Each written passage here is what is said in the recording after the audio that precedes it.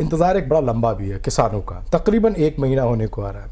कई बार बातचीत हो चुकी, फेल होती रही, फिर बातचीत हुई, फिर फेल हो गई। क्या लग रहा है, क्योंकि आप बड़े करीब से जानते हैं किसानों को भी, उनके मसलों को भी, उनकी पॉलिसीज़ को भी और उनके नफ़े नुकसान को भी, तो डॉक्टर साहब एक बहुत सटीक सा जवाब चाहता हूँ कि क्या इस मसले का हल हो पाएगा या नहीं? किसान धरने पे रहेंगे और सरकार अपनी जिद पर? देखिए, अभी का तो स्टेलमेट ऐसा ही लग रहा है कि गवर्नमेंट ये कन्विंस्ड है कि तीनों एक्ट्स जो हैं बड़े फायदे के हैं और इसलिए गवर्नमेंट को तीनों एक्ट्स स्क्रैप करने की ज़रूरत नहीं है, न करेगी। जो जो मुद्दों पर अमेंडमेंट्स के लिए सरकार तैयार हो रही है उतने हद तक किसान मानने को तैयार नहीं है। तो अब ये स्टेलमेट हुआ है, किसान कहते हैं तीनों स्क्रैप करिए और सरकार कह रही है कि स्क्रैप नहीं करेंगे। तो आज की हालात तो ये है, लेकिन कल को जो रास्ता निकलता है, 3 रास्ते निकलते हैं जी। एक, अगर एमएसपी को ट्रेड पर बाध्यकारी कर दें, अगर फ्लोर प्राइस डिक्लेयर कर दें, इसका मतलब चाहे आप खरीदें, मैं खरीदूं, कोई भी खरीदे, इंडिविजुअल खरीदे, मिल खरीदे, प्राइवेट कारपोरेट खरीदे, गवर्नमेंट खरीदे, एक ही रेट अप्लाई है, उससे नीचे नहीं जी। Floor price MSP. तो वो एक बन सकता है जिसमें दोनों पार्टीज हैं अपने अपने स्टेटेड पोजीशन से एक स्टेप पीछे हटें। ठीक है। दूसरा ये हो सकता है कि जो गवर्नमेंट ने तीनों एक्ट्स बनाए हैं इनको एक ऑर्डिनेंस लाके एज ए मॉडल एक्ट बना के स्टेट्स को ट्रांसफर कर दें। भाई स्टेट गवर्नमेंट फिर अपने हिसाब से जो चाहे इम्प्लीमेंट करे, जो चाहे न करे। तीसरा हो सकता है कि एक कमेटी बना दे और इसको 6 महीने 1 साल के लिए डेफर कर दे इम्प्लीमेंटेशन। वो कमेटी सबसे बात करके, किसानों से भी कंसल्ट करके, बाकी से बात करके एक जो अच्छा रास्ता निकलता है वो प्रपोज करे। तो उस 6 महीने 1 साल के बाद इधर विद अमेंडमेंट और नो एक्ट्स और ऑल एक्ट्स जो भी सिचुएशन बनती है वो उस पीरियड के बाद तब किसान चले जाएंगे। तो मुझे लगता है ये इस बीच आपने भी काफ़ी कोशिशें की हैं और लगातार, क्योंकि आप इनके बीच में रहे हैं, सेमिनार्स करते हैं, वेबिनार्स करते हैं, कि क्या ये जो 3 जो एक्ट हैं, जो विधेयक हैं, वो वाकई किसानी और किसान के लिए फ़ायदेमंद है या नहीं? वक्त के हिसाब से बदलाव की ज़रूरत होती है। और जब मुल्क को फूड ग्रेन्स चाहिए था तो एक ही मंत्रा होता था हम लोगों का कि मैक्सिमाइज प्रोडक्शन। तो प्रोडक्शन सेंट्रिक माइंडसेट था, प्रोडक्शन सेंट्रिक पॉलिसीज थी, प्रोडक्शन सेंट्रिक रिसर्च थी, प्रोडक्शन सेंट्रिक एक्सटेंशन एक्टिविटी थी। तो उस टाइम पे कारपोरेट सेक्टर ने भी रोल प्ले किया। ट्रैक्टर लाए, फर्टिलाइजर लाए, सीड लाए, पेस्टिसाइड लाए, इरिगेशन लाए, सब चीज़ें किया। तो एक corporate farmer partnership to a large extent, लेकिन गवर्नमेंट का मेन रोल रहा है प्रोडक्शन में जी। अब वक्त के हिसाब से हर एक कमोडिटी में हिंदुस्तान सेल्फ सफिशिएंट या सरप्लस हो गया है। तो अब जरूरत क्या है कि प्रोसेसिंग की जरूरत है ट्रेड की, एक्सपोर्ट करने की, फिर जरूरत है वैल्यू एडिशन की, ताकि प्रोसेसिंग वगैरह होकर बेहतर और किसान को कस्टमर से बेहतर जोड़ने की। इसमें इन तीनों बिल्स का रोल है। नहीं, लेकिन वो जो डर है उनको कि भी ये जो है सिर्फ बड़े जो है पूंजीपति घरानों का कब्जा हो जाएगा, हम अपनी ज़मीनों पर ही जो है मजदूर हो जाएंगे, गुलाम हो जाएंगे, क्या वो डर इनका खामाखाई है? मेरी समझ वो डर का ज़्यादा बेसिस लीगल बेसिस नहीं, इसलिए कि लैंड का कॉन्ट्रैक्ट नहीं है, कॉन्ट्रैक्ट क्रॉप का है।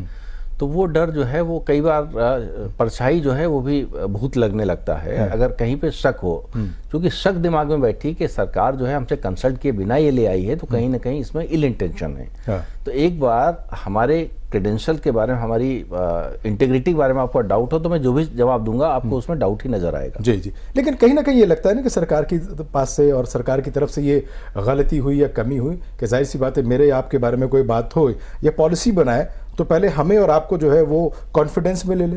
हाँ, ये बात सही है कि ओवर कॉन्फिडेंस में जिस तरीके से ऑर्डिनेंसेस लाए गए जी, ये एक किसानों में एक मरमरिंग शुरू हो गई थी कि भाई अगर हमारे फायदे के लिए हैं तो हमसे बातचीत करते। ऑर्डिनेंस के टाइम पे चलो कोरोना पीरियड इंटेंस पे था, लेकिन ऑर्डिनेंस और लेजिस्लेशन टेबल होने के बीच का जो वक्त था उस दौरान भी अगर कंसल्टेशन प्रोसेस होती जी तो मुझे लगता है काफ़ी हद तक इस तरीके के एप्रहेंशन डेवलप नहीं होते।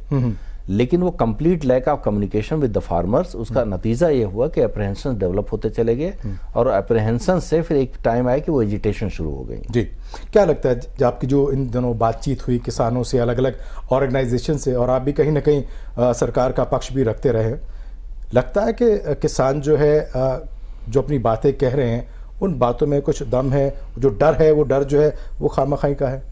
देखिए, ऐसा है, एक डर ये है किसानों को कि चूंकि ट्रस्ट डेफिसिट हो गया इस दौरान, और ट्रस्ट डेफिसिट जब होता है तो वो परछाई घोस्ट लगने लगती है। तो अभी किसानों का जो डर है दो हैं।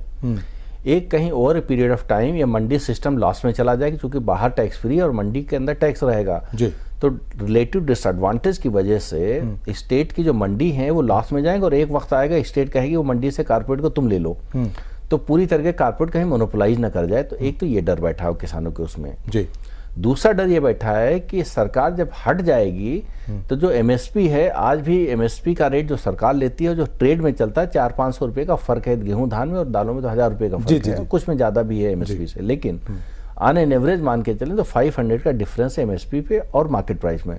तो किसान को लगता है अगर ये मंडी चली गई और बाद में एमएसपी डिक्लेयर होने के बाद भी एमएसपी मिलेगी नहीं प्राइवेट से, तो मेरा नुकसान बड़ा होगा। और जो किसान फायदे में आज रिच हैं वो basically MSP green revolution belt के फार्मर्स हैं। तो कहते हैं बाहर के लोगों का क्या हाल है। तो वक्त के हिसाब से इस चैलेंज को एड्रेस करने के लिए बेस्ट ये है कि एमएसपी को भी कारपोरेट्स पे इंप्लीमेंट कर दें जी।